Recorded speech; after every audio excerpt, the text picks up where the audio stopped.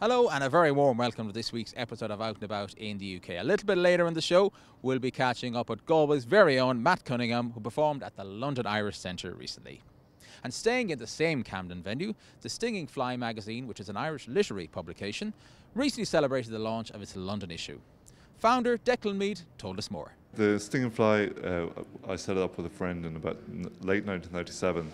Just the idea behind it was very much to offer a place for writers that they could send their work to get published. As a new writer, it's very hard to start making your way in the publishing world. And so we're that first opportunity perhaps for a lot of writers. Certainly that was the intention of trying to provide that space. And tonight's event, tell us about that. Well, tonight is the launch of our London issue. So we've done an issue that looks at the City of London mostly through the perspective of the Irish. So we're kind of charting, through the essays, we chart the history of Irish people in London pretty much through the 20th century, from the Irish language writer Pádraig Ó Conradh to, we have an essay on Louis MacNeice, and then the essays by Edna O'Brien and Patrick McCabe and Matthew Sweeney, were here through the 50s, 60s, 70s, 80s. Evelyn Conlon is another, right up to the present day, where we have worked by, let's say, the likes of Danny Denton, who's a recent immigrant, or Niamh Mulvey, another recent immigrant too, and their experience of London now. So it's how London has been for the Irish through the last century, and then how it is for them now, and then just also giving it as much of a flavour, a sense of the wide variety of what London is, what life in London is like. So the name of the publication, The Stinging Fly, where did that come from? Well, actually, the idea is related to a city, but the name comes from a quote from Plato, The Last Days of Socrates. That's how serious we are. So the idea there is that the city is a large, lazy horse that would sleep all day if it could, and needs the stimulation of some stinging fly. And the stinging fly within that context is the writer. Finally, if people back home, people watching tonight want to find out more about your magazine, how can they do that? Well, they can go to stingingfly.org, and we have lots of information there about the magazine. You can order the copies of the magazine. We're still a print magazine, so we put some of the material up online, but most of it is still, good old-fashioned buy the book and read it.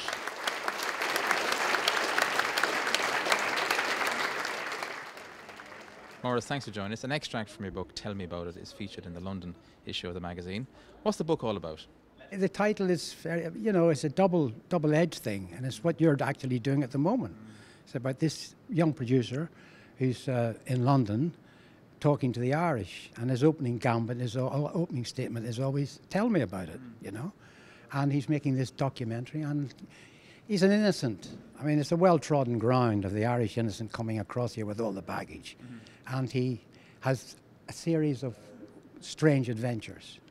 His life is falling to pieces. It's another cliche, if you like. But eventually he amasses a huge amount of tape material, that he hopes one day will be this wonderful prize-winning documentary. Well, I've been here since 1970. I came over from Belfast. I worked for the BBC there, and I got a job here in London. And went through all the excitement of the early 70s. A lot of people talk about the 60s, but the real fun was in the early 70s. So I was a features producer, radio features producer. And then after a number of years, I became editor of a pretty well-known book program called Listen Here a While to Me, which went out every night at about 11:15. Abridged extracts from novels and material like that. And how many publications have you had so far? I think there's roughly about 14. It's strange looking at them sometimes in the flyleaf of a book. I think about 14. I've done a couple of several TV plays and a couple of documentaries and a lot of radio plays. And how did you get involved with the Stinging Fly publication? Well, it was Tony Murray, who's this wonderful guy. You'll probably meet him later, who's written about the Irish in London. And I read for him at the Metropolitan University. He does this Irish thing every year, a summer school. And I read there, and he told me about this, and so I sent the piece in, and there it is, yeah. And any future plans for any new publications? Well, I'm working on I'm finishing a book off at the moment. It's set in Spain in 1950s. and with it's to do with the background of the Spanish Civil War, the history of it, and so on. So I'm finishing that off at the moment. Should be finished in a few months.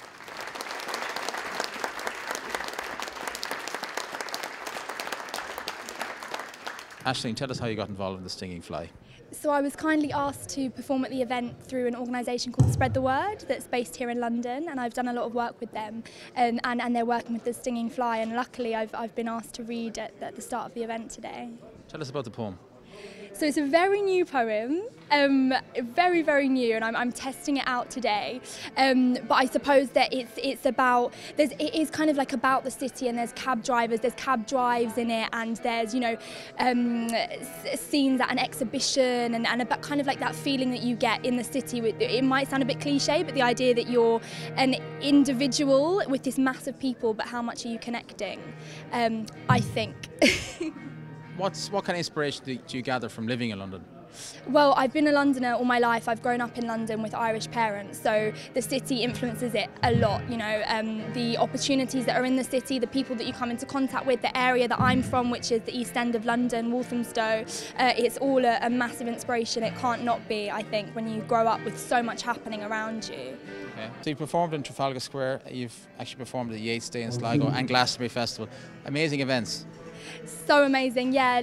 Only last month I was in Sligo for the Yeats Day Festival, performing for President D. Higgins and alongside all of the poet laureates for the different countries. So that was amazing. And then I've just come back from Latitude as well, which is it's good doing all of these performances in different places to completely different audiences. And again tonight is another audience, an Irish audience, which is a beautiful honour to be able to perform for.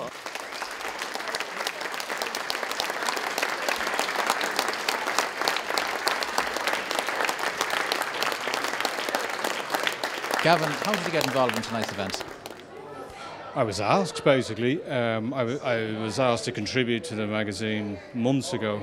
They prepare the lineups for the Stinging Fly generally like 6 to 8 months in advance, and as far back as, you know, Christmas, I was asked to contribute a piece, and I wrote an essay. And then I heard they were doing a launch over here, and it was, you know, that was all I needed to know. So the essay that you've contributed towards the London publication, or the London issue, it's called Ghastly. Tell us about that. Well, it's about Jack the Ripper. It's about Jack the Ripper, and it's about my childhood obsession with that particular case, which developed into, I'd say, not quite an academic interest, but say something slightly more than an obsession, or more mature than an obsession, shall we say. So yeah, it's about sort of my interest in Jack the Ripper and how it's developed over the years. And your style of writing, describe that. Wow, how do I describe it? It's very much voice-led.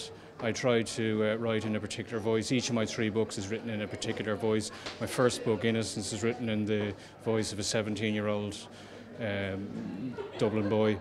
My second book, This Is the Way, is written from the point of view of an Irish traveller. And my third book is written from the point of view of 3 Irish tenor singers. So I try to get the voice right first, and then the subject matter takes care of itself. And how do you get inspiration to come up with these different voices? Hard work.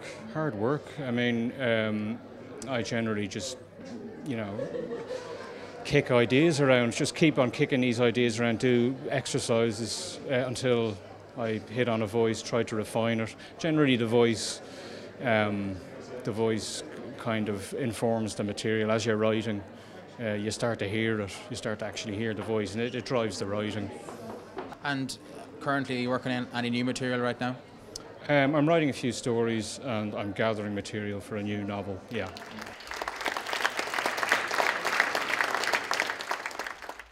Ambassador, great night.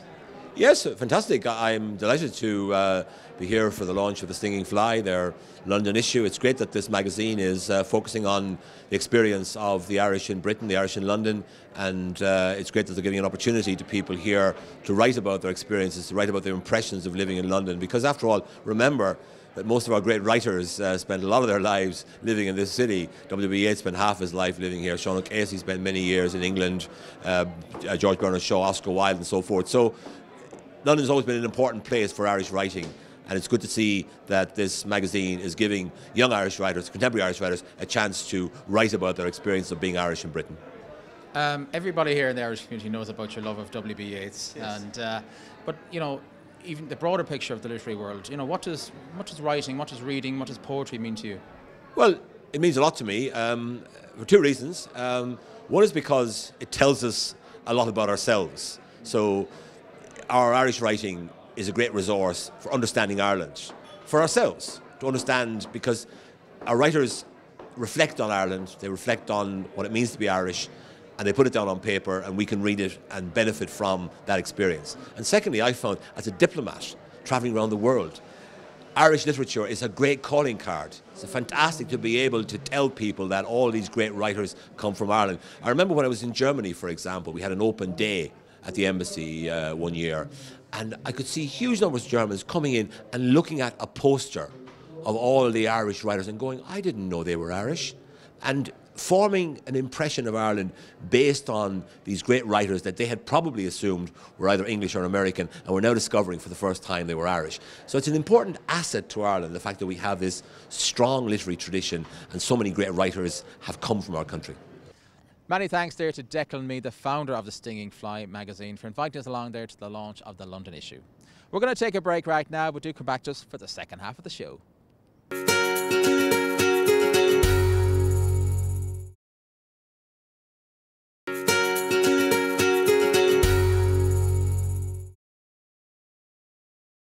You're very welcome back to the show. Well, County Galway's very own Matt Cunningham has recently celebrated 50 years in the music business.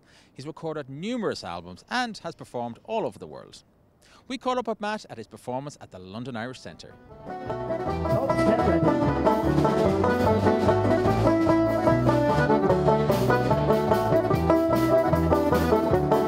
Ladies, gents. First up, gents, and opposite lady, swing in the middle. Matt, we're here in the London Irish Centre in Camden, and how has the tour gone so far? We started last Friday night in Exeter in St Matthew's Hall in Topsham. Lovely place, lovely people, and we had a great night there. So that was our number one night. And then Saturday night we were in Slough. We had a great night there as well. And Jim and James Philgate put that together and their friends. So we had a great night in Slough. Yesterday, 2 p.m. yesterday in Basingstoke, smashing again, and the sun was shining, and with a lovely ceilidh there, and that's run by Kevin Monaghan and Carol, and Kevin comes to my own place at home in Galway, so that was lovely. And here we are in the Irish Centre in Camden Town, and no better man than Jeff Holland to run it here, so I'm delighted. After today then tomorrow morning we're leaving for Manchester, so we do Manchester then on Tuesday, Preston on Wednesday, back to a different place in Manchester on Thursday, and Friday Birmingham, and home, tired. So Matt, you're celebrating 50 years in music and 30 years as a teacher. You must be delighted with that achievement. Yeah, it doesn't absolutely sound like 50 years, of course. So my family had it put in place before they told me, of course, the end of last year really, they began to put it in place. And then they eventually told me, I didn't know how to think first, but to make a long story short, it was a fabulous 4 days, 4 nights in Hertford town last April, and I enjoyed it immensely myself. And people came from all over the country, from all over Ireland, and some dancers came back from here, back from England, and we had a couple from Boston. So we had great 3 concerts and a ceilidh, huge ceilidh. And Matt, as a young boy growing up in County Galway, was there any particular musicians that inspired you? Well, I have fond memories of my grandfather, for starters. I was only very young, and he'd come out from Galway City. I live in Hertford, 15 minutes out of Galway City, and I remember my grandfather coming out with the old accordion, the old Club Model 2, and he would be playing it there, and he'd still have the pipe in his mouth, and he'd be playing away there like mad, and he'd have the newspaper around the accordion when he'd be coming, in case anyone had seen, because that time it wasn't as cool as it is now to be playing Irish traditional music, I don't know why, but that's the way it was that time. We were talking about the early 60s now, the very early 60s I suppose I'm talking about, but I remember him playing that fondly. And then there was an old accordion in the house, and I started making noise with it. And so I took it from there. My father, God rest him, played a lot on the whistle as well, and that so you know, gave me good encouragement.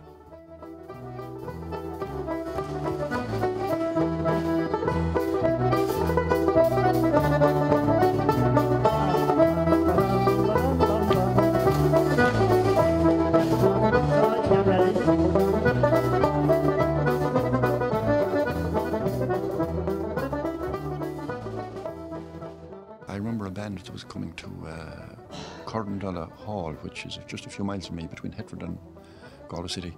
Great place for Céiles at the time. And I say Céiles, not like the Céiles now with all the set dancing that, but at that time it was the Siege of Venice and the Walls of Limerick, the Haymakers jig if you were lucky. Plenty of waltzes and quick steps and barn dances. That was the Céile. But I remember one band in particular, and a lot of bands came there. I was only a teenager now, but Kieran Kelly, God rest him. And I know he ended up here in London and he died not too long ago. But I loved his style. I loved his accordion playing, you know, you know, so I don't know. I kind of, as I say, I didn't plan it. I just started playing and joined a few bands when I was young, and then I started my own band in '72. So still at it. And I believe your children have got involved in the band as well. My son Joe's with me here on the tour, and he plays with me at home as well when he can. He's a busy man besides at home with 4 young kids as well, but he plays with me when he can. My daughter Rita also, she plays a lot with me. She'll actually be coming over to me in Manchester and letting her brother home. So Ita plays a lot with me too. Eric is in the music business himself in a different avenue. You know, he's a couple of big shows out there and that, but he plays up at the odd time when he's around. So, you know, and the grandkids are beginning now, so there's music. And traditional Irish music does tend to be passed down through the generations. That's true, pass on from one to the other. I think that's what it's all about, the old tradition. And, you know, it happens and you're not even aware of it. So. And did you just teaching all the grandkids how to play traditional Irish music? Well, I helped them. Let's put it that way. I helped them. Yeah, I started teaching music in 1984. You know. And I love it really. I do it 4 days a week during school terms. You know. So, yeah, and there's great satisfaction out of it really. You know. And the kids that learn music come to music classes. They're nice. You know. And I teach up to leaving cert year because a lot of them do music now as a subject for their exams and that, you know.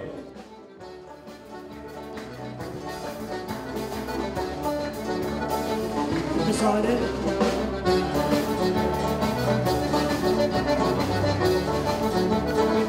Happy Christmas.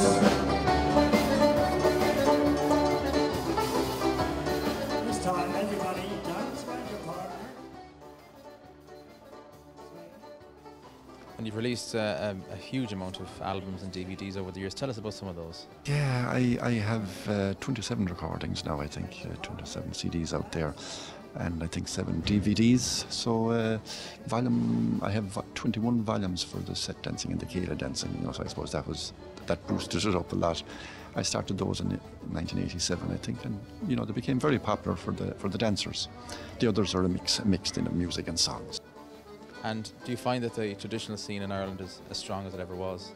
It's stronger than ever it was. You know, there was a time when it wasn't going that well. You know, kind of it had to take a back seat for some years back in the 60s, 70s, maybe 80s and that. But it has come on a lot now, and the youngsters they're great. There's an awful lot of music teaching all over the country, and the Flacchio's, Cotas Cotalir, and have boosted a lot and have done a lot for the Irish traditional music and culture. You know, so it's great. It was never as good as it is now.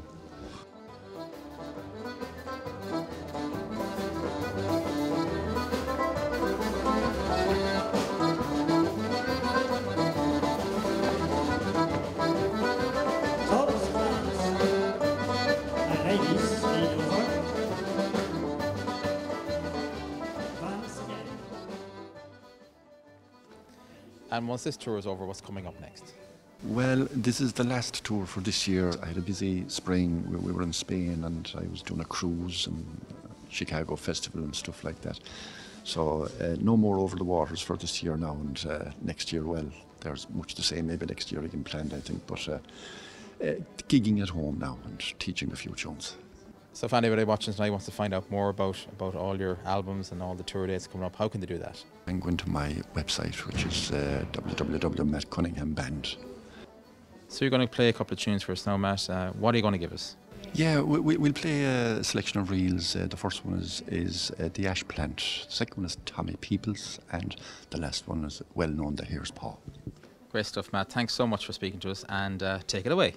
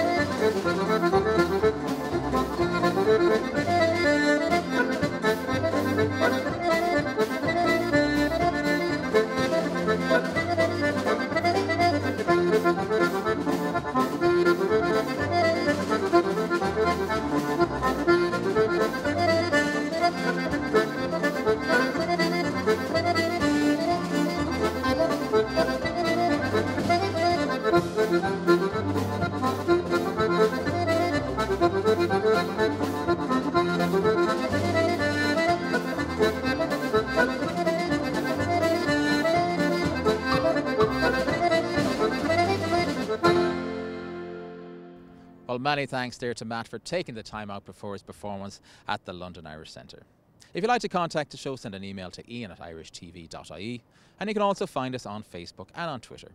Unfortunately, that's all the time we have right now, but do come back to us next week when we'll be out and about in the UK.